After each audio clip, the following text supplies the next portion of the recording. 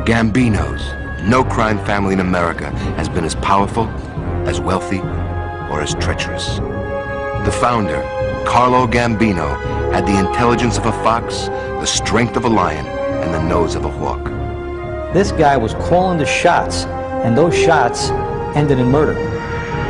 How he himself avoided being murdered is an astonishing mystery to me. He ruled quietly, controlling so many rackets in New York City, he had more power than the mayor. His successor, Paul Castellano, a pampered businessman who had not paid his dues on the street. Guys who had been in the trenches, robbing and stealing and killing and hijacking and everything, you know, for years said, hey, what about me? The new boss was lonely and fearful. When I say to him, why you are very lonely? He said, I only have money in my pocket. People like me die in the street. He knew all too well. Then came the Gambino boss straight from Central Casting. You know, I always feel good when John Gotti walked into a restaurant dressed impeccably. It was an event, and everybody stopped and looked around. And John Gotti tells Sammy, see what I tell you? Everybody loves us. But in the end, the dapper Don would take the family down in flames. You know they're going to try and keep you in jail. They say you're a danger while you're out.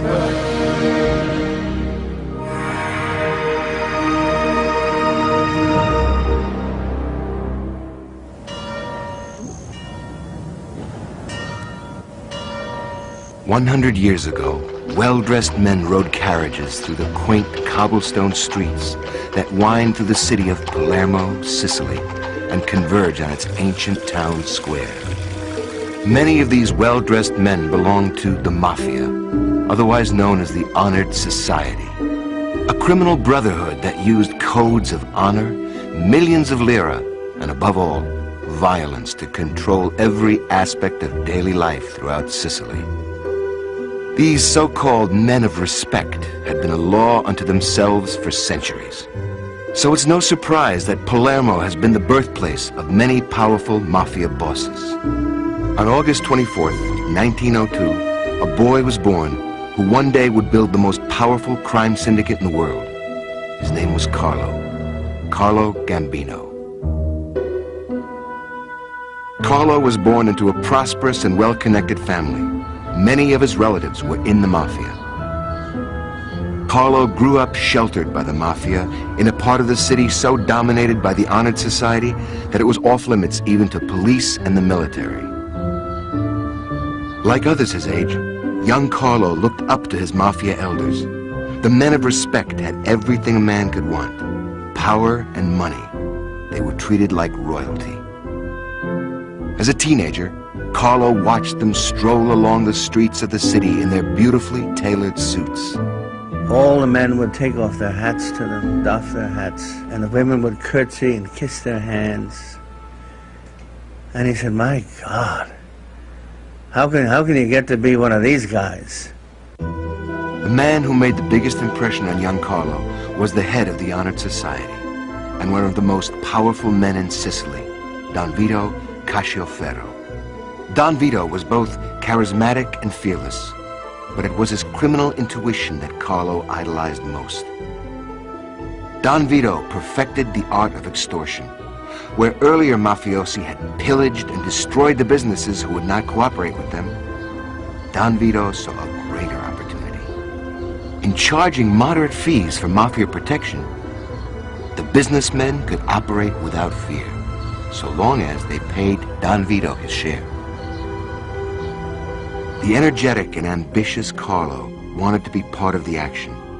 He dropped out of school as a teenager and with the help of his family's connections, got a job as an enforcer for Don Vito.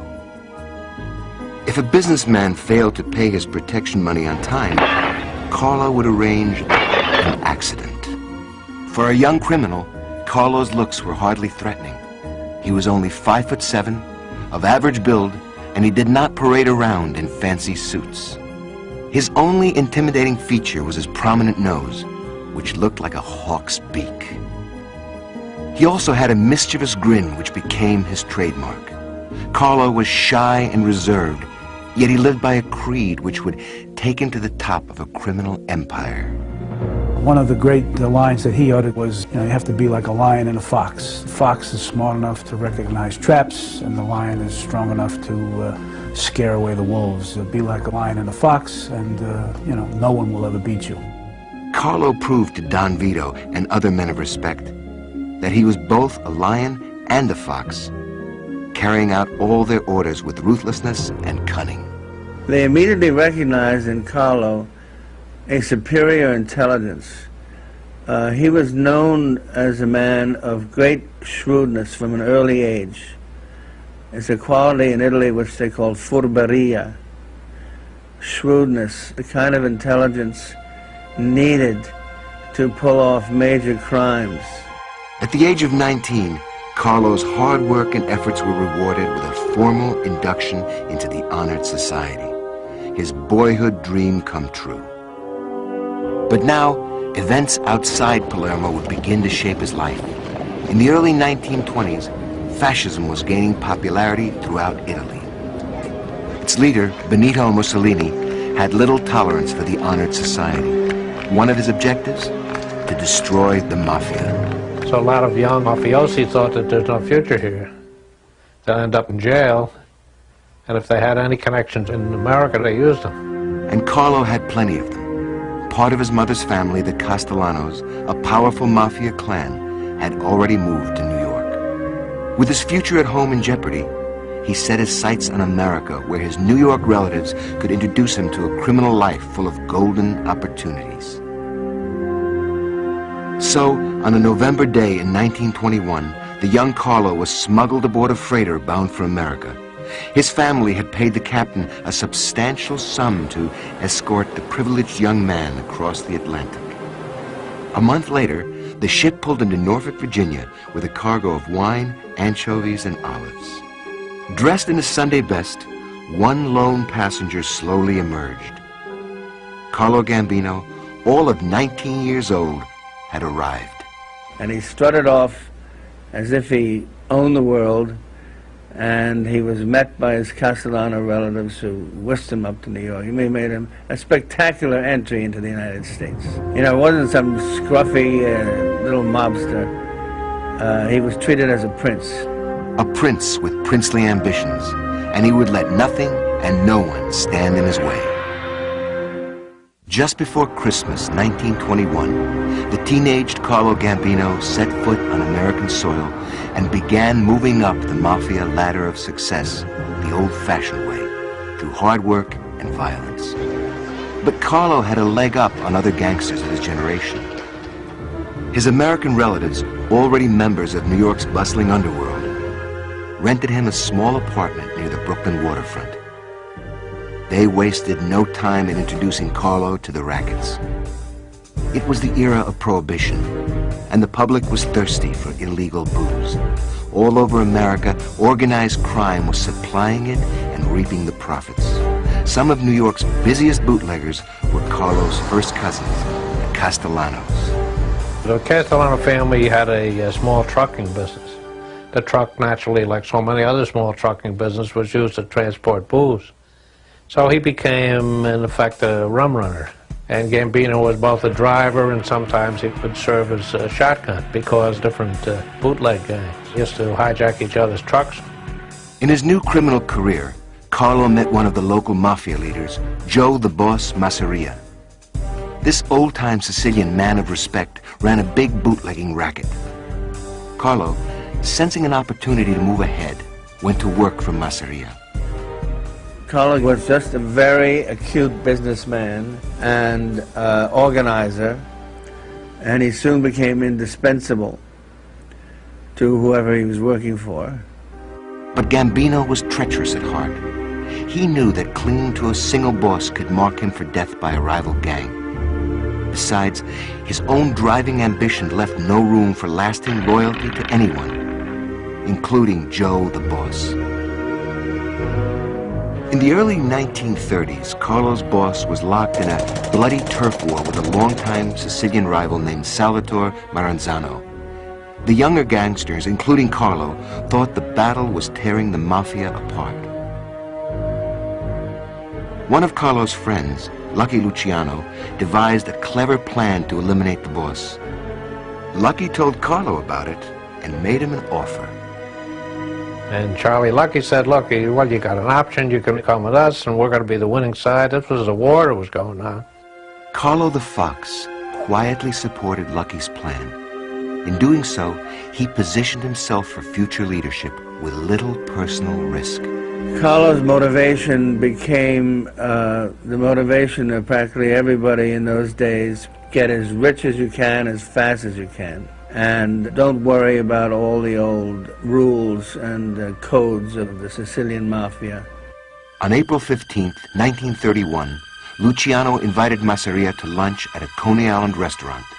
As Lucky excused himself from the table, 4 gunmen walked in and put an end to Joe the boss. With the murder of Masseria, a number of his men, including Carlo Gambino, joined forces with the new boss, Salvatore Maranzano, but not for long. Maranzano was very happy to have these really smart, bright young thugs working for him. What Maranzano didn't realize is that those bright young thugs were plotting his murder so they could take over everything. And that's what they did. On orders from Charlie Lucky, Maranzano was shot and stabbed to death in his office. A new generation, led by Luciano, was now in charge, and Carlo had played his cards just right. Cards being dealt by Carlo's friend Luciano, who turned the underworld into a corporation, with each major gang getting a vote on the board of directors. Carlo was assigned to the boss who controlled the Brooklyn waterfront, Vincent Mangano. From there, Carlo began plotting a course to create his own criminal empire. Under Mangano, Gambino learned to run a variety of mob rackets, ranging from loan sharking to numbers to cargo theft. He was a good earner for the mob and therefore entitled to respect. And the bottom line in any mafia endeavor, whatever it is how much money do you make? Profit is of the supreme importance. Carlo's knack for business soon paid off. Just 29 years old, he earned a promotion to capo, or captain, in charge of his own crew. One of the first men he chose for the crew was his teenage cousin, Paul Castellano. The son of a Brooklyn numbers runner, Paul was also born into organized crime.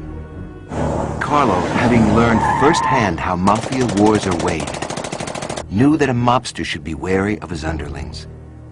And he knew he could trust Paul, a blood relative. The less time Gambino spent watching his back, the more time he could devote to planning his rise to power. He only really trusted the people who had been with him all his life. And he built up this little wall where nobody could get in who wasn't a blood relative. Blood ties would be of the highest significance to Carlo throughout his life. Some would say too significant. In 1932, at the age of 30, he solidified his bond with the Castellano family when he took the unorthodox step of marrying Paul Castellano's sister, Catherine. It was amazing that Carlo Gambino married Catherine Castellano because she was his first cousin. And as a good Catholic, you're not supposed to do that. But the Castellanos were extremely powerful in the mafia. He multiplied his power, and that's what he was after. Carlo and Catherine settled into a modest Brooklyn row house. Together they raised 3 sons and a daughter. By all accounts, Carlo was a devoted husband and family man. But marriage and family could not curb his appetite for power and money. The repeal of Prohibition in 1933 brought harder times for many mobsters, drying up their lucrative bootlegging operations. But Carlo saw a new path to profit in a new racket, contraband liquor. By dodging liquor taxes, Carlo could undercut his legitimate competitors. With this scheme, Carlo made the first of his several fortunes. His success did not go unnoticed by the law.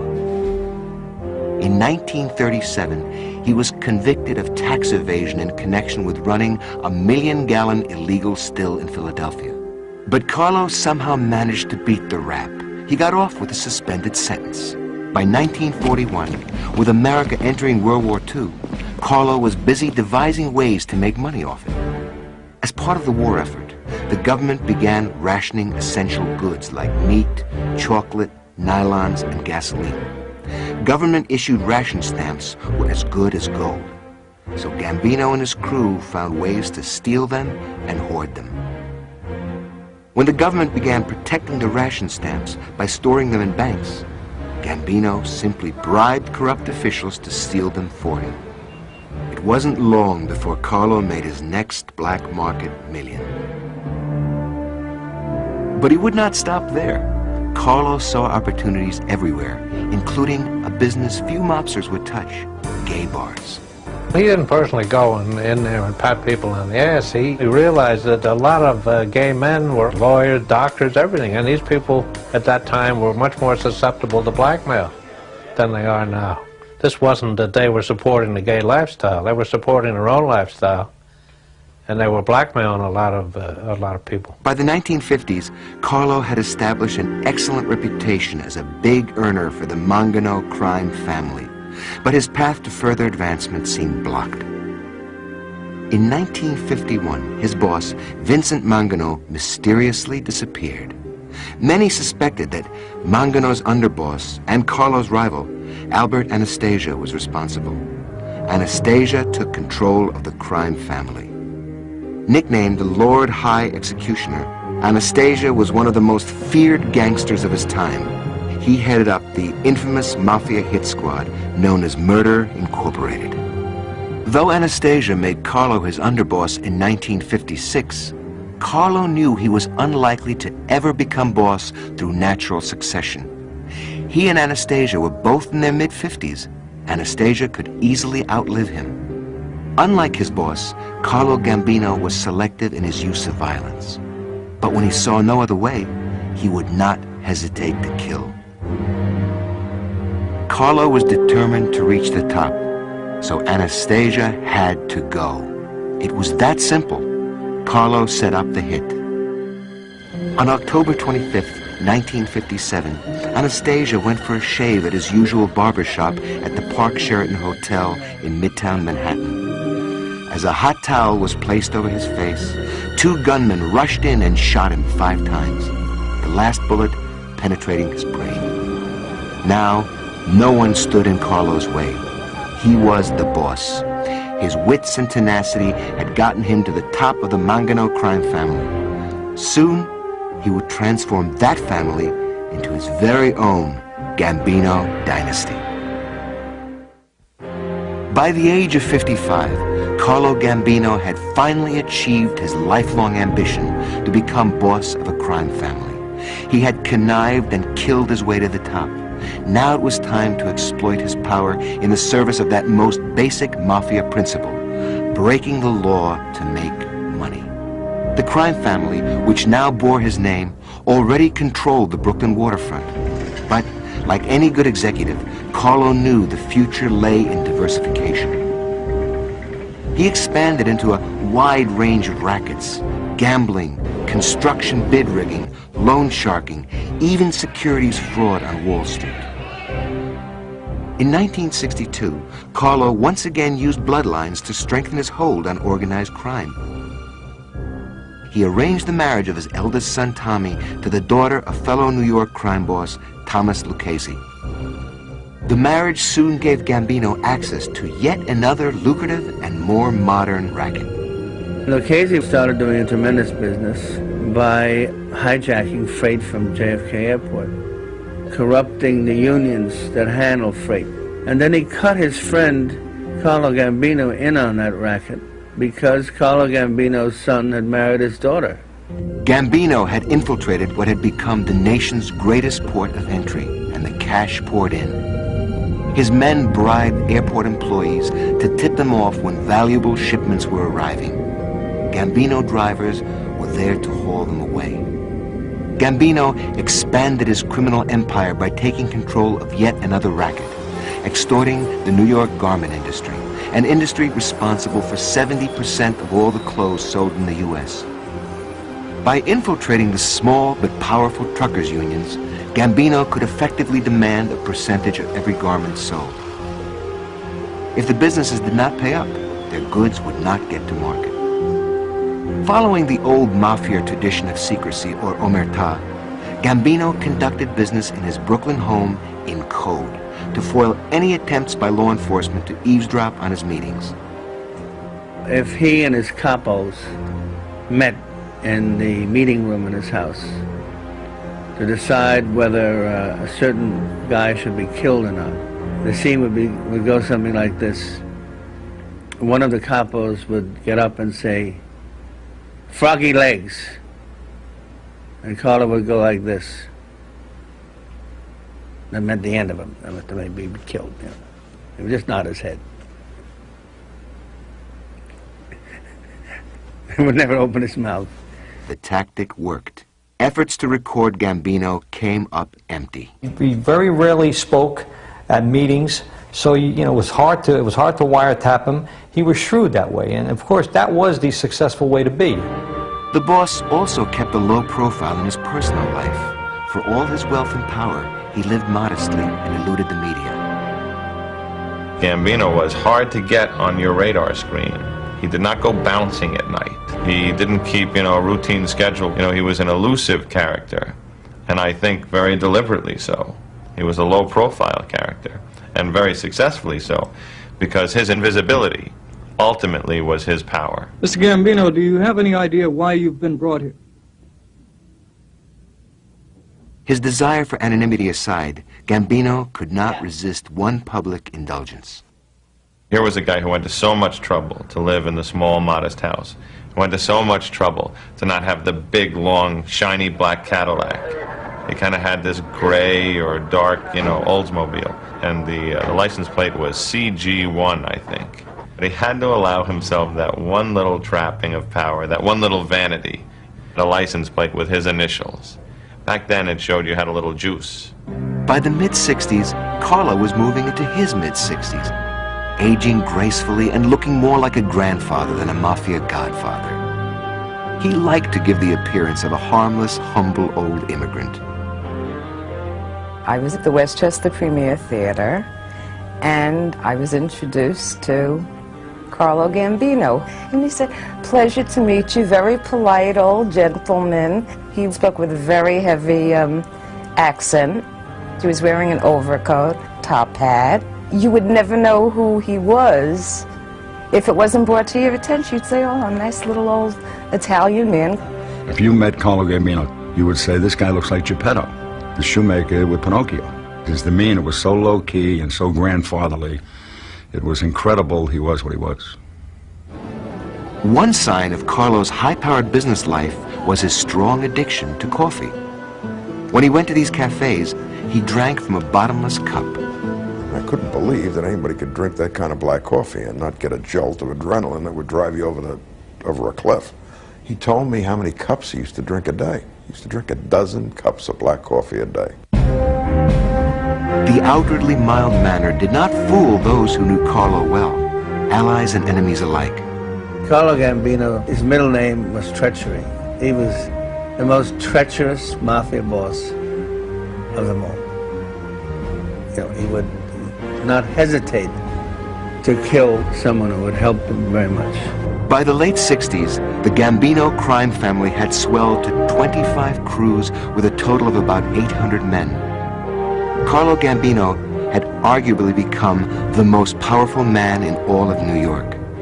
You think that a man who never became an American citizen, who never got out of high school in Italy, could assemble this gigantic empire worth millions and millions and millions of dollars, a conglomeration of rackets, 30, 40, 50 rackets during his lifetime, and it took some brains. The Don had earned the respect of those around him, and they were careful to show it. When in Little Italy, he always stopped by Ferrara's bakery for espressos and cannoli.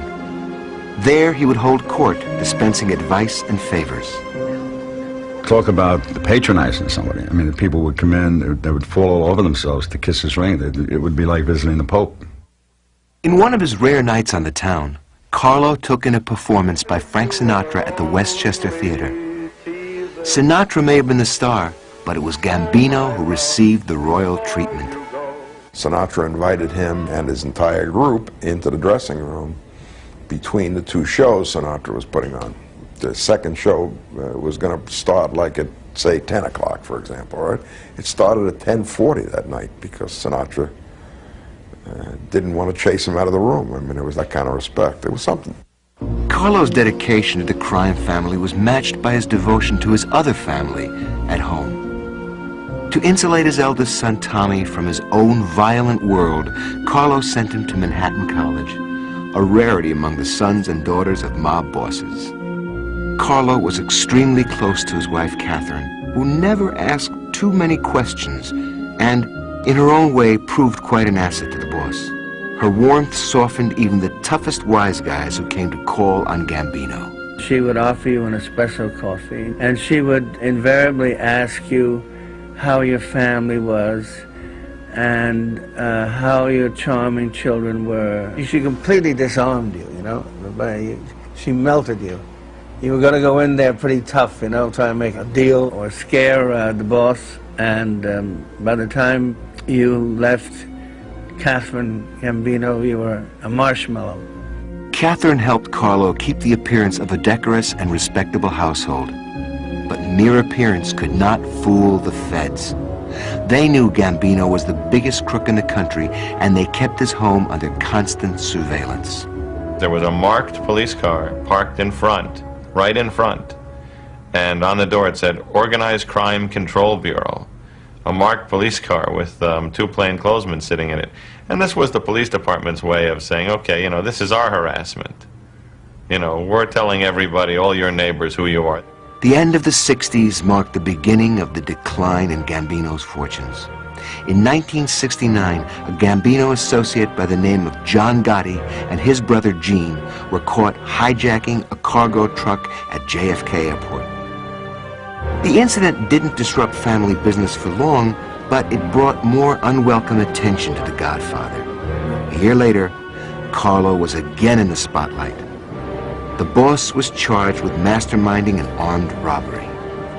They were holding up armored cars, Chase Manhattan armored cars, and he was actually arrested, indicted and arrested, and was supposed to go to trial. Carlo and his attorneys succeeded in getting one delay after another. But the law was not Carlo's only worry. His wife, Catherine, had been diagnosed with cancer.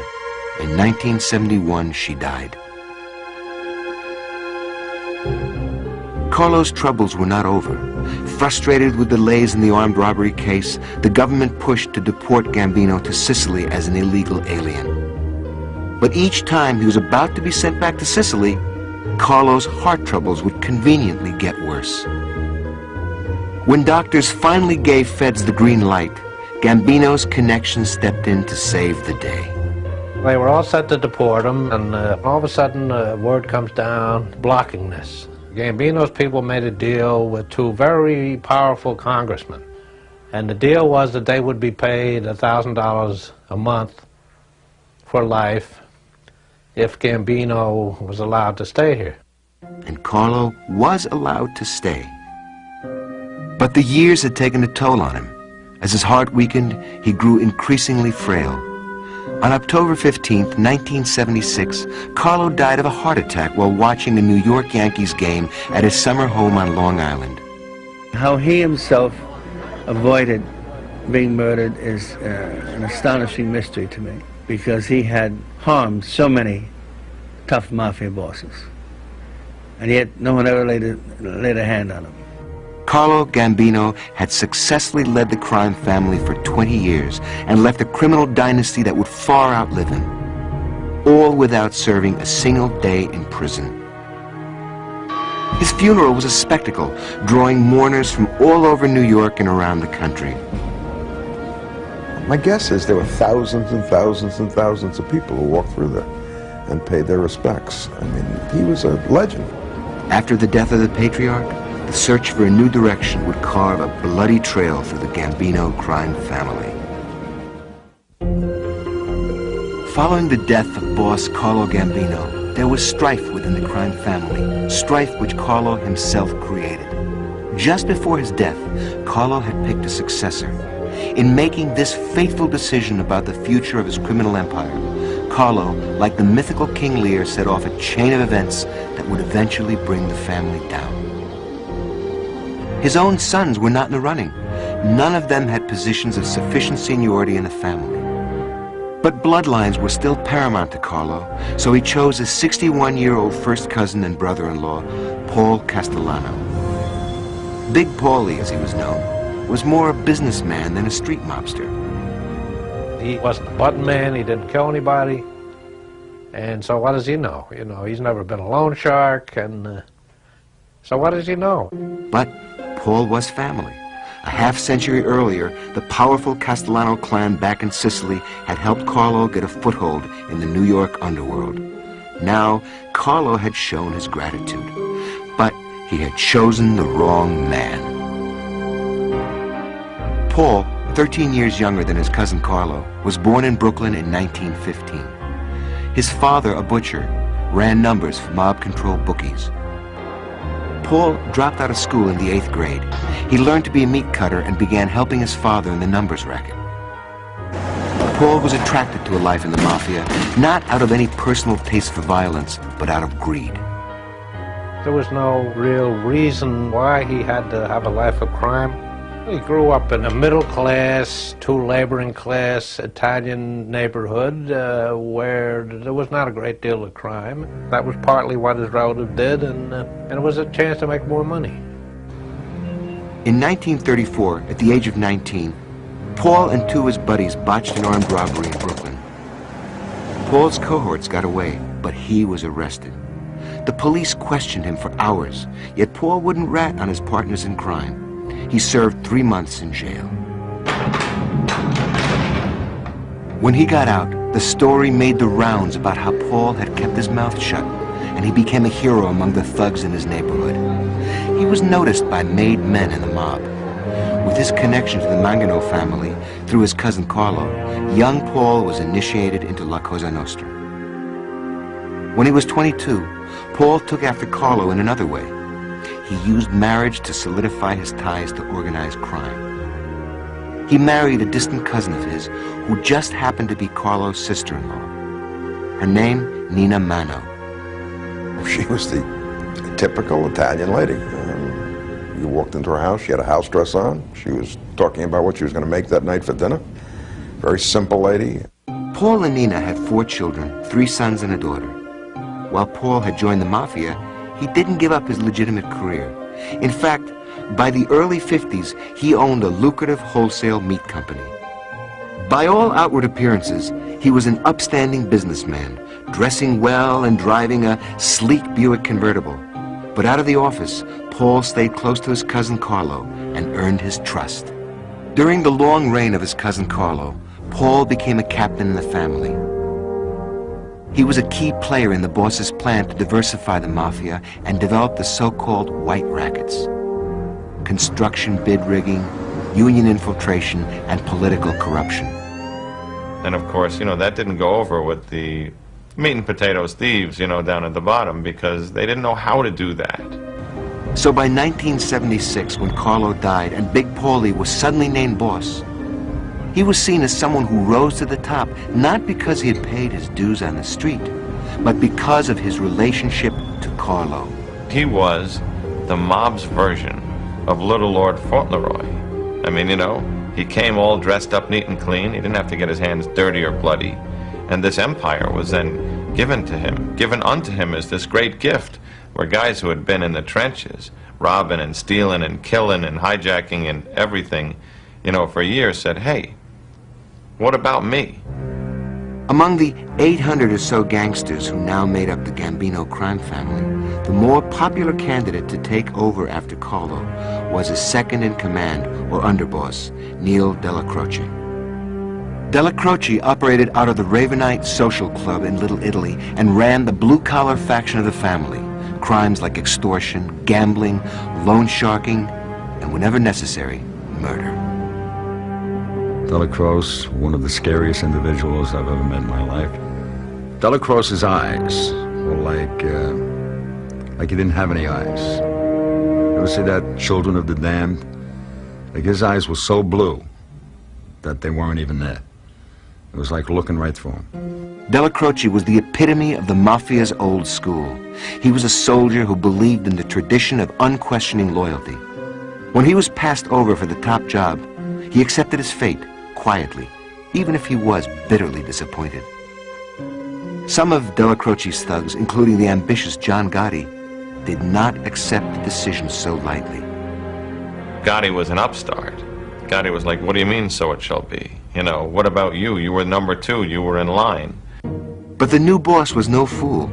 He knew the blue-collar guys resented him, so he made peace with Della Croce and his gang by letting them control and profit from the street rackets they were running. Big Paulie looked down his nose at such activities and at men like John Gotti in their polyester suits. He preferred to dress like a banker and read the Wall Street Journal. He thought of the Gambino crime family as a corporate entity with various investments, and he had numerous legitimate businesses that he could front, that were his cover, that were his way to respect in private industry as well as in organized crime. I think that the fact that he went to so much trouble to show that he was a legitimate businessman and not a gangster, that he transmitted such an air that he was, you know, not to be feared, that he was to be dealt with, negotiated with, lost him a lot of respect in the family. If Paul resembled Carlo in wanting to modernize the mafia, he differed from him in essential ways. While the old boss had lived in a modest house in Brooklyn, Paul built himself a mansion on Staten Island. A mansion worth $3.5 million. He called it his White House. The mansion was designed partly in imitation of the president's White House in Washington, to give you an idea of the size of the ego that Paul Castellano had. And there it sits on the top of Todd Hill, totally isolated from the life of the average mobster in the family, the copy who hung out at these clubs. The new boss did not seem to appreciate the need to mix with the troops the way his predecessor had. Carlo Gambino wasn't standoffish. He was approachable, and he would listen. If he could do something for you, then he would do it. Castellano was a lot more arrogant. Castellano preferred to spend his time dining with Fortune 500 executives at Manhattan steakhouses like Sparks, where the staff catered to his every desire. He used to go into Sparks and tell them what cut of meat he wanted them to cut because of his butcher background. People would be falling all over themselves to wait on him. He may get 8 waiters at his table. He was spoiled. Back at his White House, Paul was leading a life of deception.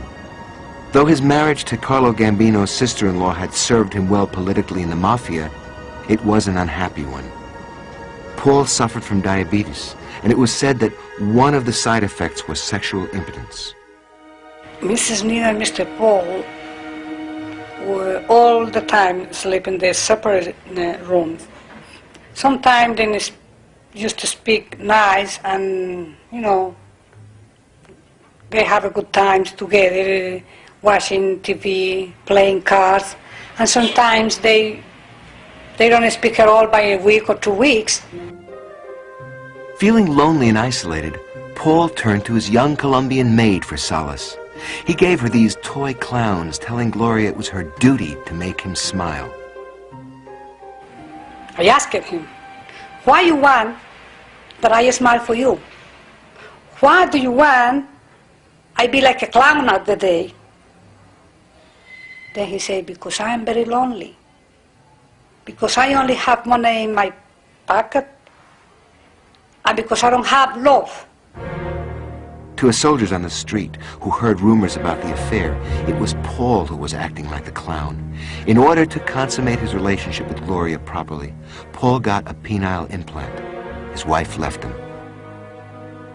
It was frowned on by everybody. All his copy knew he was making an ass out of himself.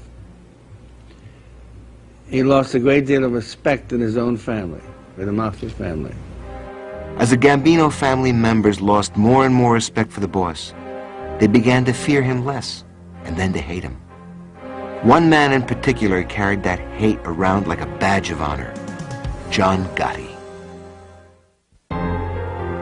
In the early 1980s, Gambino crime boss Paul Castellano lived a double life, balancing his status as a prosperous and legitimate businessman against his role as New York's most powerful mafia godfather. At a secluded White House on Staten Island, Paul surrounded himself with his trusted capos. Yet, with all his power and prestige, Paul admitted to his maid and lover, Gloria Olarte, the loneliness and fear that came with running a crime family. And one day he said to me, I want to be happy, I want you to make me happy, because people like me die in the street. Paul and Gloria would often cook Italian food together. Then Paul, who had a ravenous appetite, would sit down to eat.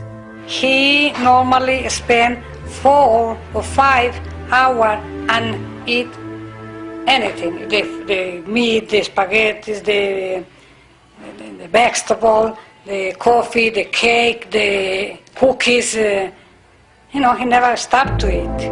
Paul could also be gluttonous as a crime boss. He began demanding a bigger piece of the action from each of his 24 crews. The typical 10% of a crew's earnings wasn't enough for Paul. He wanted 15%. If there's a $500,000 score, and he only gets $50,000, he goes crazy. How come I'm only getting 10%? He'd fly off the handle about who's running this. He didn't do anything, but he's the boss, so he should get more. And he certainly wasn't shy about voicing his dissatisfaction if his Christmas present wasn't big enough, if the envelope wasn't thick enough, if a certain crew didn't come up with enough money at the end of a week because they didn't make that much. He didn't expect that to cut into his end. Paul's excessive greed, even by mob standards, was not the only character flaw alienating him from his own crime family. He persisted in snubbing the blue-collar faction of the family, headed by his underboss, Neil Della Croce. The crews complained to each other, but that was about all they could do. It was no use telling their boss, Neil Della Croce, who oversaw many of the crews and was considered a hoodlum's hoodlum. Della Croce just wanted to keep the peace and keep the boss happy. If $200,000 came in from a construction project, he would go up to the White House and give $100,000 to Big Paul, because he believed that the boss is the boss is the boss. Big Paul certainly shared that view of himself. He demanded respect and was not above using his powers of intimidation to make that point, even to total strangers. He drove his wife to a supermarket one day, and he said some young thug kind of kids cut him off and screamed at him out the car and gave him gestures, the profane gestures with their hands and all. And he quietly took down the plate and then sent some young men in his organization over to get these kids, and they brought them to the house. And he said, "You know who I am now?" So they said yes, and they were trembling and they were frightened. And he said, "Nobody's going to hurt you. I just want you to know that if you see an old man driving in a car, you shouldn't think that it's okay to make profane gestures. You better never do it again." And they were frightened to death, and he let them out of the house. But that was Paul Castellano. Some of the others might have given them a beating or physically abused them or done worse. But he was trying to give them a lesson, and it was an interesting lesson, I thought. But while the boss was teaching lessons in respect to young punks, the ever-growing disrespect for Castellano within the crime family was becoming poisonous. In the roaring 80s, Manhattan was in a furious building boom, and Big Paul was getting a huge cut from it all as contractors paid a mom tax to get their concrete delivered. It made the Gambinos rich. It also helped make construction costs in New York the highest in the nation. Big Paul wanted to make sure no one in the family disrupted the safe money-making machine. One crew Paul kept his eye on was John Gotti's at the Bergen Hunt and Fish Club in Queens. Gotti, who was now a capo, was letting it be known he wanted a bigger piece of the action in the cargo hijacking racket at JFK. And there were rumors Gotti's crew was involved in drug trafficking, a crime the boss told his men never to get into. The kind of unsophisticated crews like John Gotti's crew were looked on as, you know, possible career threateners, you know, because these are the guys, they're going to get us in the papers, they're going to get locked up, they're, you know, involved in drugs. This is bad news for us. You know, we've got big things cooking here. Gotti would complain about Big Paul's attitude toward him, saying, "That guy, Big Paul, he's a stuffed shirt. He thinks he's a big boss, and all he is a pain in the neck. Paul knew Gotti was unhappy, but he didn't seem to care. The boss was thinking about splitting the Bergen crew up anyway. They just weren't fitting in with the new business plan, and the manpower could be used elsewhere. It would be a fatal mistake, and it would cost Castellano his life.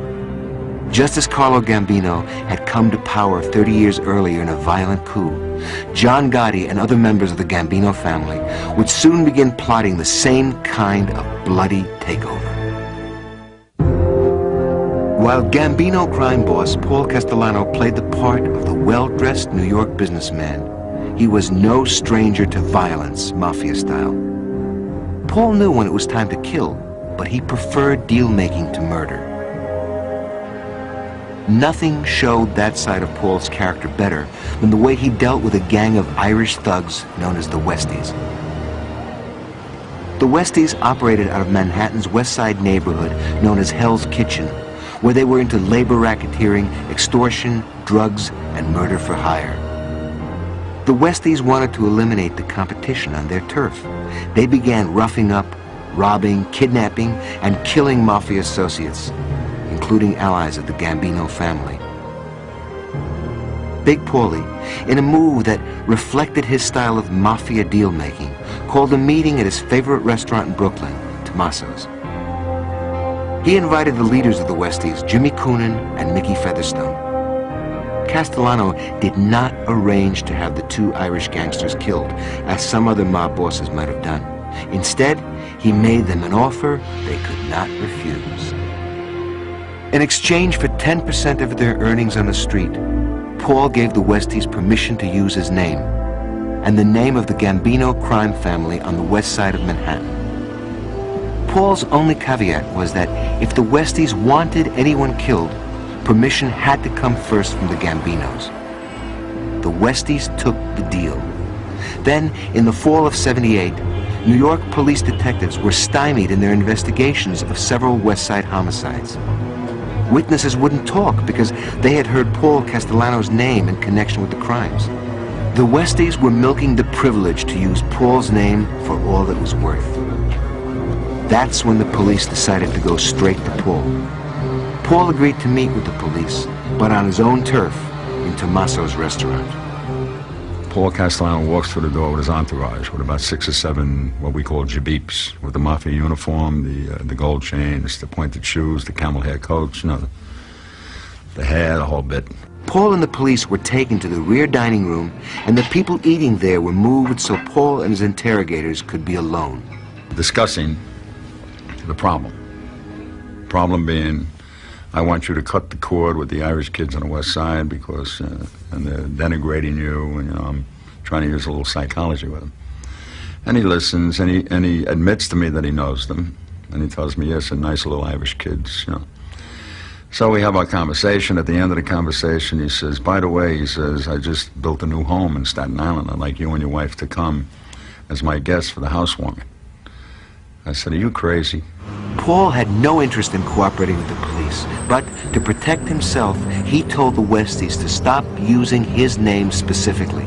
Too much money was coming out of Hell's Kitchen to stop anything just because the cops asked for Paul's help. So the murder and mayhem continued, and Castellano kept collecting his tithe. But the most violent gang connected to Paul was a crew within the Gambino family, run by a serial killer named Roy DeMeo. DeMeo and his gang specialized in loan sharking, narcotics, and their peculiar talent, murder for hire. What they would do is lure you into a spot. You'd be shot in the head with a silencer or a quick pistol. They would wrap a towel around your head real quick so the blood wouldn't go all over the place. And then they would hang you upside down and bleed you, and then dismember the body, box it, bag it, and the next morning you were under 30 tons of garbage in the Fountain Avenue dump. And they probably did in excess of 250 murders. Paul happily collected his due from their profits and used the DeMeo crew to carry out hits. One of the hits Paul ordered was on his own son-in-law and Gambino soldier, Frank Amato. Amato was married to Paul's daughter, Connie. He go crazy by Miss Connie. He love it. Miss Connie is the only daughter he had. Every time he talk about Miss Connie, his eyes light up. In 1980, Paul heard rumors that his son-in-law was fooling around with other women and beating up Connie, who was pregnant at the time. When Connie suffered a miscarriage, Paul blamed Frank and ordered DeMeo to kill him. On September 20th, 1980, Frank Amato disappeared. His body was never found and the crime was never solved. Over the next 2 years, Paul let DeMeo and his crew do as they pleased. As long as he got his cut on time, Paul was happy. But in 1982, Paul got word the feds were investigating DeMeo's activities, specifically drug dealing and dozens of murders. Paul summoned DeMeo to a strategy session to deal with the investigation. DeMeo didn't show up, so Paul had him killed. DeMeo's body was found in the trunk of his own car on January 10th, 1983. So, behind the facade of the well-dressed Manhattan businessman was a ruthless mob boss. And while Castellano's excessive greed, as well as his affair with his maid, were losing him respect within the Gambino family, no one doubted his willingness to use violence. In fact, as tensions within the family grew worse, those who knew they had alienated the boss, including John Gotti, realized that the best way to save their own lives was to strike first. The downfall of Gambino boss Paul Castellano can be traced to an ambitious underling and an unwitting lover. In March 1983, the FBI was eager to plant bugs inside Paul's Staten Island mansion. But the agents needed to know exactly where in the house Paul sat and held court. They have a bug in the kitchen, and they talk in the kitchen most of the time, and then all of a sudden when they have something really critical to say, like they're going to kill somebody, and they go on the porch, you're screwed. That's where the maid came in. Paul's maid and lover, Gloria Olarte, was no stranger to the FBI. Agents would stop her while she was running errands and offer to buy her coffee, just to see if they could get any information out of her. Gloria had told Paul about it, and he'd given her only one piece of advice. Don't worry, be careful. If he asks you something, answer whatever you have to answer. Don't lie, please don't lie. One day, Gloria casually mentioned to an agent that Mr. Paul, as she called him, sat at the kitchen table where he talked on the phone and held his meetings. Gloria had no idea she had just told them where to plant the bug. But Paul didn't make things easy for the FBI. He protected his home with a state-of-the-art security system, a high wrought iron fence, and a Rottweiler named Duke, who roamed the 3.5-acre estate. So the FBI sent an agent to Paul's house posing as a repairman. At the time, Paul, Gloria, and Paul's driver, Tommy Bellotti, were all in the house. In fact, Bellotti hovered over the agent, watching every move. Here you got the agent who's got this known killer is watching over him. So right while he was standing there, watching him, guarding him, standing guard, the agent installed the microphone and thinking he was fixing what he was supposed to be fixing. With the bug planted, the FBI began the task of monitoring Paul's day-to-day life. Over the next 4.5 months, the FBI recorded over 600 hours of conversations. I think 70% of those tapes were recipes and conversations. Somebody should have made a cookbook out of it, you know. But we were facing some not very nice conversations in the sense that they were clearly talking about business and how they were going to slice up business. With the audio tapes rolling, Paul outlined mafia business, bad-mouthed other family bosses, and made loving asides to his maid. He was digging a hole for himself and the entire New York mafia. Then, a family crisis centered on the John Gotti crowd. On August 23, 1983, 8 Gambino soldiers, including Gotti's friend Angelo Ruggiero and Gotti's younger brother Gene, were arrested for smuggling heroin. Most of the evidence came from the FBI's tap on the Long Island home of Angelo Ruggiero, nicknamed Quack Quack because he talked so much. Angelo was one of the biggest talkers you ever wanted to find. Angelo would go up to visit Paul Castellano on Sundays. with Neil Delacroce and John Gotti. And Castellano would talk about a lot of things. So Angelo would come back, and he would start to talk about what happened up there at these meetings. We couldn't believe it. He would talk about everything. He's the kind of guy, if you hear something, he has to let you know that he is in on what's going on. So he'd come and he would brag about it. And that's perfect for what we want. The FBI knew the tapes could easily prove that Paul Castellano ran the Gambino crime family. Paul was still in the dark about this, but was furious with Gotti and his crew for breaking the family rule against dealing drugs. Oh, I don't think there's any question that Paul Castellano thought about killing John Gotti and Angelo Ruggiero. It's unclear if he would have. Paul Castellano was not as trigger-happy as John Gotti was. Maybe not for any benevolent reason, but because murder does have a way of bringing heat from law enforcement officials. Paul was desperate to learn if he had been implicated on the Ruggiero tapes. So he demanded that the crew leader, Neil Delacroce, bring a copy of the wiretap evidence to him at his White House. A copy that had now been provided to the Gambino men awaiting trial. The boss wanted to hear the tapes for himself. Even now, the feds were still listening in, this time on a bug they had planted in the bedroom of Neil Delacroce. By this point, Neil was dying of brain cancer. And here was John Gotti and Angelo standing there at Neil's deathbed while the tapes were turning and the FBI was listening in. I'm going to tell you something. If you two never bother with me again in the rest of my life, I ain't giving them tapes up. I can't. There's good friends of mine on them tapes. Well, he's the boss. You have to do what he tells you. That's why I said to you before, you don't understand what an usher. An usher means that the boss is your boss. Understand? But Ruggiero wouldn't give the tapes up, fearing that would mean death for him and the other soldiers who had been dealing drugs. Delacroce didn't want to go to war over the tapes and stalled for time. The heads of the other mafia families in New York watched to see how Paul would discipline his own men. But before he could make a decision, Paul was arrested on March 30th, 1984, and charged with 51 counts of racketeering for sanctioning the killing of 25 people, stealing cars, and selling drugs. At the courthouse, Paul was out of his element. If you looked at the man, the charges were somewhat out of place. And I remember being in the hallway of the courthouse. I walked right up to him. He was a big guy. He must have been 6'5" or something. And I stuck out my hand and said, "How do you do, Mr. Castellano? John Miller." And I remember he put out his hand, and I grabbed this big hand, and I remember it was very sweaty, clammy. It was like he was a nervous man, and you thought, well, gee, this guy runs the Gambino crime family. You know, if he presses a button, people get killed. You know, here he was nervous. Paul was released on $2 million bond. He put on a brave face and tried to get back to business. Then the dam broke. On February 25th, 1985, Paul was arrested along with the bosses of New York's other crime families in what became known as the Commission case.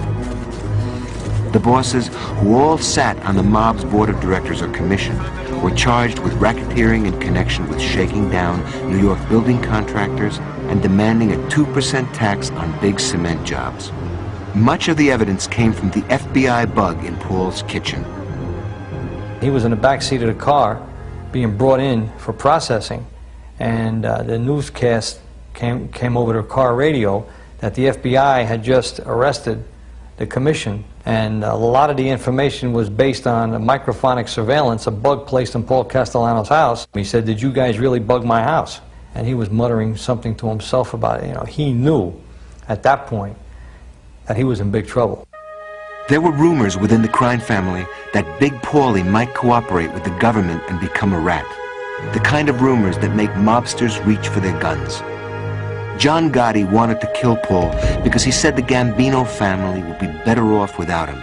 But Neil Delacroce, the ever-loyal underboss, wouldn't hear of it. Then, on December 2nd, 1985, Neil Delacroce died from brain cancer. John Gotti was now in charge of the blue-collar wing. In the days following Neil's death, Paul's own actions sealed his doom. First, he announced to the family that he was breaking up Gotti's crew and reassigning them. punishment for the heroin dealing. Then, knowing the FBI was watching his every step, he skipped Della Croce's wake, a sign of disrespect in La Cosa Nostra. Paul Castellano was a very shrewd and you know, maneuvering kind of fellow, and he said that would be bad for business for me to show up there. So forget about Neil, forget about the wake, we'll send a card.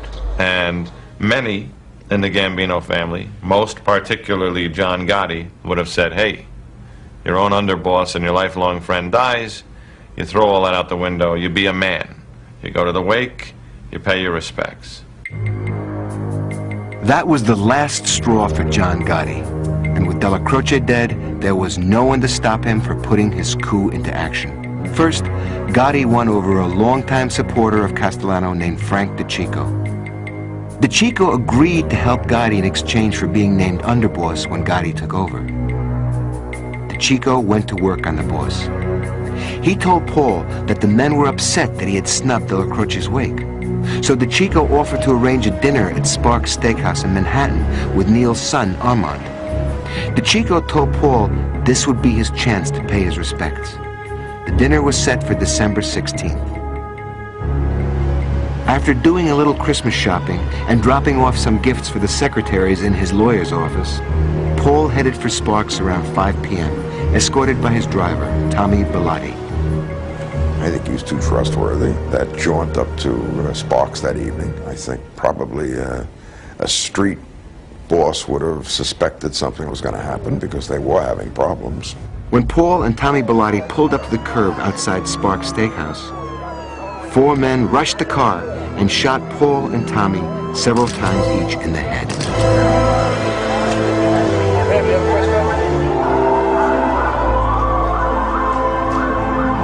It was the ultimate disrespect. If you're going to kill a guy of Paul Castellano's stature, and you do it like that, you're telling him and everybody even remotely connected with him that, you know, this is a slap. It's not just a murder. It's a slap at everything the guy stood for and everybody who's connected with him.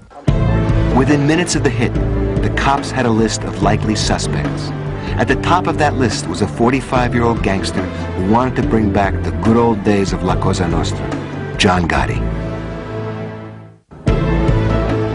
Christmas 1985, just 9 days after the hit on boss Paul Castellano. Among the questions swirling within the ranks of the New York underworld and the FBI, who was the new boss of the Gambino crime family? The answer was soon apparent. In a stakeout across from the Ravenite Social Club on Little Italy's Mulberry Street, FBI agents watched as throngs of New York's top mafiosi lined up to kiss the cheek of the new man in charge, John Gotti. All the captains got together. It was to vote John in as boss. And he was, you know, unanimously voted in. The word is already out there. This is the guy who killed the last guy. And I think there was a real hunger for a guy like him in the family at that point. At the age of 45, John Gotti had achieved his life's dream. The brown Lincoln was traded for a black Mercedes that cost $70-something thousand. John Gotti was wearing $2,000 Brioni suits. He was wearing diamond pinky rings, and there were guys driving him and guys opening his doors for him and closing his doors for him. Now he was the boss.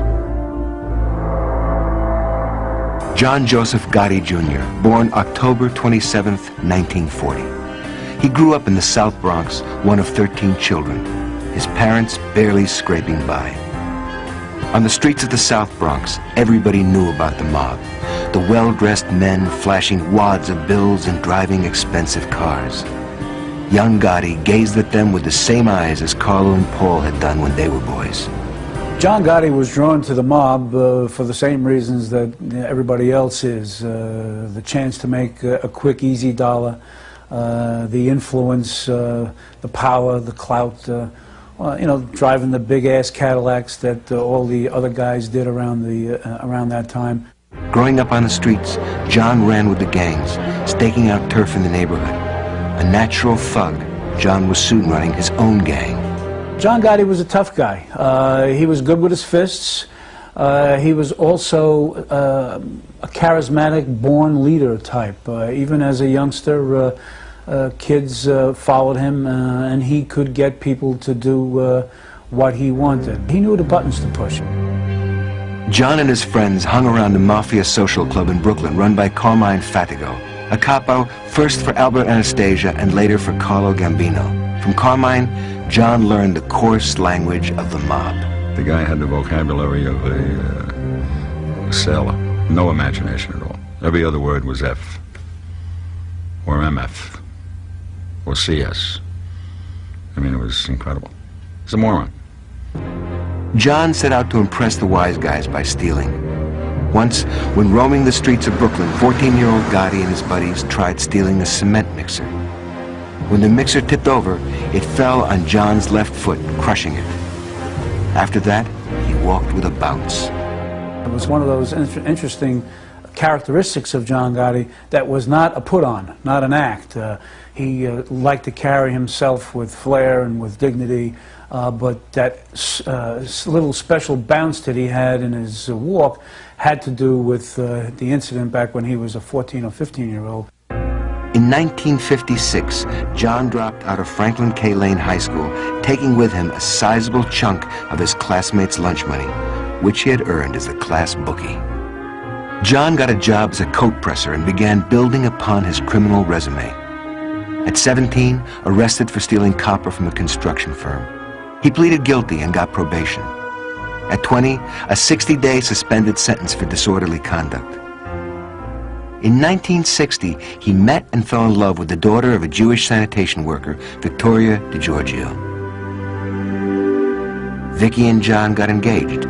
They were both short-tempered and called it off several times before getting married in March 1962. The couple had 5 children and eventually settled into the Howard Beach section of Queens. Shortly after the wedding, John took a job as a trucker's assistant, but his paycheck didn't cover his frequent nights on the town gambling. Gotti resorted to stealing cars to make ends meet, but the law caught up with him in 1965, and this time, Gotti was sent to prison. With John behind bars and no money coming in, Vicky Gotti went on welfare. Many people would look at that as an act of weakness while she went on welfare. A lot of other people would look at that as an act of a strong woman sending a signal. Hey, if you guys won't take care of me, you know, I'll take care of it. And, you know, not in a way that, that will make anybody look very good here. When he was released from prison in 1966, Gotti desperately needed money to support his family. So he turned to a sure thing, hijacking trucks. His hunting ground, JFK Airport in Queens. But Gotti was not too successful in eluding the law. Along with his brother Gene and his best friend Angelo Ruggiero, he was soon arrested. He was sentenced to nearly 3 years in the maximum security federal prison in Lewisburg, Pennsylvania. John got out in 1972. He went back to Carmine Fatigo's crew, now operating out of the Bergen Hunt and Fish Club in Ozone Park in Queens. The wise guys at the club called Gotti Johnny Boy. Gotti presented himself like a man that's been around, you know.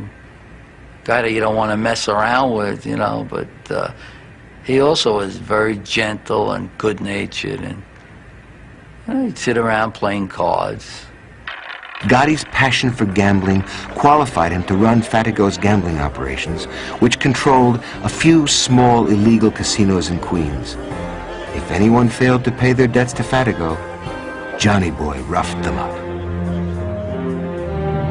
Gotti quickly built a reputation as a tough guy and a valuable soldier. So valuable that John was appointed acting capo of the Bergen crew. Gotti was just 31 and not even a full-fledged made man in the mafia. It was John Gotti's goal to be boss of the crime family back when he was running a teenage gang back in the 1950s. As acting capo, John reported directly to Gambino underboss Neil Della Croce. Della Croce took care of him. Della Croce's relationship with Gotti was like a father and son as opposed to a subordinate to a boss. Della Croce protected him. Gotti did Della Croce's bidding. 100% loyal to Della Croce to the end. Gotti's rise to glory got a big boost in 1973 after an Irish thug kidnapped and then murdered the nephew of the aging boss, Carlo Gambino. Carlo Gambino had never received such an instance of utter disrespect in his life. Kill the bastard. Gotti was chosen to rub out the culprit, James McBratney. When Gotti was arrested, he scored big points in the Gambino family by avoiding what would have been a highly publicized trial and accepting a plea bargain. After spending 3 years in prison, Gotti returned to a crime family straining to get along under the new leadership of Paul Castellano. In the summer of 1976, John Gotti was formally sworn into the Mafia. While Gotti had now control over his own crew, he soon began to lose control of himself. The first sign was his gambling habit. We have a bug in the Bergen Hunt and Fish Club in Ozone Park. And he's a degenerate gambler, Gotti. He would bet on 2 cockroaches running up the wall. That's how bad he was. He's in the club all by himself Sunday evening, and he gets the result of the baseball games. He lost every one of them. He blew $20,000 plus the VIG. The VIG is the interest, right? He's all alone. What do you think his reaction was to losing $20,000? God is a blankety-blank fag. That's it. We're rolling on the floor laughing. Gotti became notorious for his temper tantrums. I walk up the street and I stop in at the club. And there was John. He was sitting at the table. While we're talking, in walks a guy, one of his people, with his hands outstretched, and he has a silver leisure suit in his hands. And as he's walking toward the table, John says, "What is that?" He says, "John, that's the leisure suit you told me to get you, the gray one that you told me to get you." He says, "Is that gray? Are you at a kill you and this and that?" Like nearly every other young wise guy, Gotti had a round of girlfriends who were easily impressed with his money. I know a woman who dated John, who John would take her out, and he said to her, you know, you need anything? Can I, you know, you want you to go shopping? And she says, no. He says, come on, go shopping. He takes out a wad of bills out of his pocket and gives her a whole bunch of money out of his pocket. And she says, John, that's all the money you have in your pocket. And he says, I got 2 pockets. There was a defining moment in Gotti's family life. In March 1980, just a few blocks from Gotti's home in Queens, his 12-year-old son, Frankie, riding a mini bike, darted out from behind a dumpster and into the path of a car driven by a neighbor, John Favara. The boy was killed. The police ruled it an accident. One of the factors that apparently or allegedly annoyed Victoria Gotti was that he never really came and apologized. But he had been warned by others not to apologize. So I think Favara was in the middle of a very untenable situation, unfortunately, and the best advice to him would have been to get out of town very quickly. He had been planning to leave and had just made arrangements to buy a house, but he didn't move quick enough. Just 2 days before the neighbor was set to move, 3 men beat him and threw him into a van as he was leaving work. He was never seen again. At the time, John and Vicky Gotti were conveniently out of town. No one was ever charged. The John Gotti who took over the Gambino family 5 years after that incident soon became a media superstar and made the mistake of believing his own press clippings. In January 1986, just a month after John Gotti became boss, he made it clear to his associates that he had big plans for the Gambino crime family. He did not know the FBI was listening to every boast.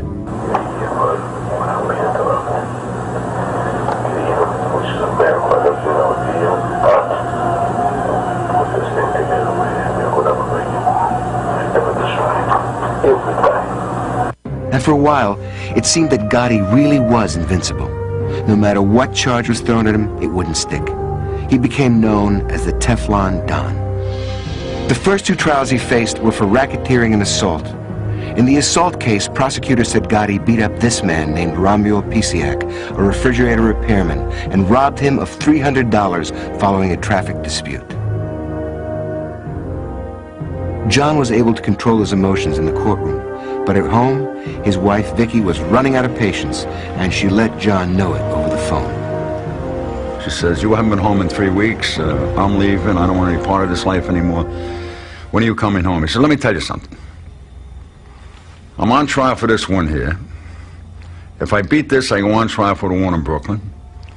If I beat both of them, I'll be home in 3 days. If I lose, I'll be home in 35 years. Screw you, and he hangs up the phone. Winning the assault case was a cinch. As soon as the repairman began reading news reports that the man he was accusing was a new boss of the Gambino crime family, he developed a sudden case of amnesia and could no longer remember who beat him up. The case was dropped. Next came the racketeering case. The government brought in convicted killers and drug dealers who had bargained lighter sentences in exchange for ratting on Gotti. John's attorney, Bruce Cutler, ripped into the credibility of the witnesses. The jury found Gotti not guilty. Paid witnesses, witnesses who've lied in the past, witnesses who've gotten new identities, witnesses who've sold drugs, witnesses who've killed people. For the moment, Gotti was a media superstar. He savored his celebrity. You know, I always feel good. The whole story of John Gotti took on a life of its own, and I've often said that the media created the superstar John Gotti because basically we just chased him and chased him. The more he smirked, the more we chased him. And he made one remark that really stuck out in my head. He said he didn't seek out the media, they sought him out. He was the kind of personality that the media was attracted to. He didn't go look saying, wow, I want to be on television, or I want to do this. They wanted to meet him.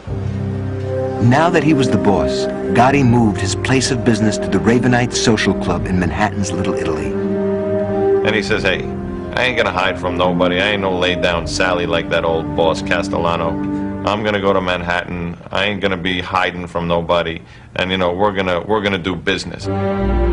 The rank-and-file Gambino soldiers saw Gotti as one of them, a hard-working soldier who had fought his way to the top, a welcome change for those who had felt slighted by Paul Castellano. He was great for morale.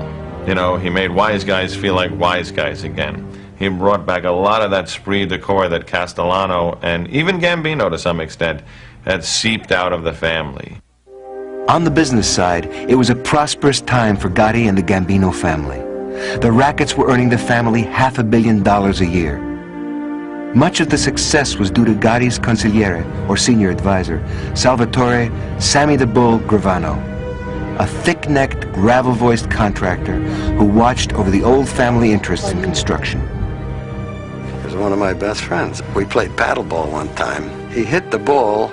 I thought the wall was going to break. He hit it a ton. Wow. The ball broke, as a matter of fact, but Sammy was very, very strong. That's why they call him Sammy the Bull. It's a little bit surprising that John Gotti would have picked Sammy Gravano. Sammy was someone who did have a little bit on the ball, was young enough to be a threat to John Gotti, but I guess John Gotti never thought that Sammy Gravano would take him down. Gotti treated Gravano as a brother, someone he could trust with his life. He always talked about hating rats. Sammy's rhetoric always downrated rat, rat, rat. On FBI tapes, Gotti let Gravano know just how much he cared for him. For Christ's sake, I love you more. I love myself. For Christ's sake, I love you more than you. I'll get the myself. To the public, Gotti made himself the most visible mob boss since Scarface Al Capone. His perfectly coiffed hair, $2,000 suits, and frequent appearances at New York's hottest night spots painted a picture of a bygone mafia era. When John Gotti walked into a restaurant, it was an event. 10 people walked into that restaurant. A cashmere coat over his shoulders, dressed impeccably. Everybody stopped and looked around. He began to believe that he was all-powerful. You know, in one conversation, he and Sammy Gravano were sitting at a table in a restaurant, and John turned to Sammy and he said, "Hey, look at those people over there. They're smiling at me. They love me." And sure enough, Gravano looks over, and there are two young, recently married people looking at John Gotti in awe. The guy gets up and says, "Hello, Mr. Gotti, I really wanted to meet you. I think you're great," and goes back and sits down. And John Gotti tells Sammy, "See what I tell you? Everybody loves us."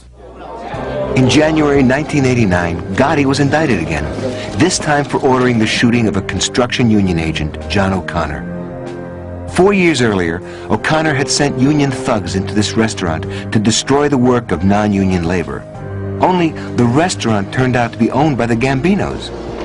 O'Connor was shot 4 times in the buttocks. John O'Connor was shot because John Gotti ordered it to teach him a lesson. To prove its point, prosecutors played surveillance tapes of Gotti repeating O'Connor's address over the phone. 608, John O'Connor. John O'Connor, 608. At 16-something Broadway. And then a garbled sentence the prosecution said was bust him up. The jury was left with reasonable doubt. How say you with respect to defendant John Gotti, guilty or not guilty? We find him not guilty. Gotti was free again and held a fireworks display in Little Italy to celebrate. But the feds were still listening and waiting for the right moment to pounce. As the 1990s began, John Gotti seemed to be making good on his reputation as the Teflon Don. But he did not count on the betrayal of his closest ally, Sammy the Bull Gravano. On December 11th, 1990, Gotti, Sammy the Bull, and John's underboss, Frank Locascio, met for dinner at the Ravenites Social Club. FBI agents were waiting in a car across the street. They had enough taped evidence to bring Gotti and company to trial again. The 3 men were arrested just after 6:30 p.m. Gotti faced a slew of racketeering charges, including ordering 4 murders. One of those murders was the hit on Paul Castellano. Gotti and Gravano were both denied bail. While Sammy and John were still in prison together, they were both ruminating on ways of getting out of jail. Sammy Gravano gave the suggestion that perhaps they could break out by scaling down bed sheets. And John Gotti thought he was crazy.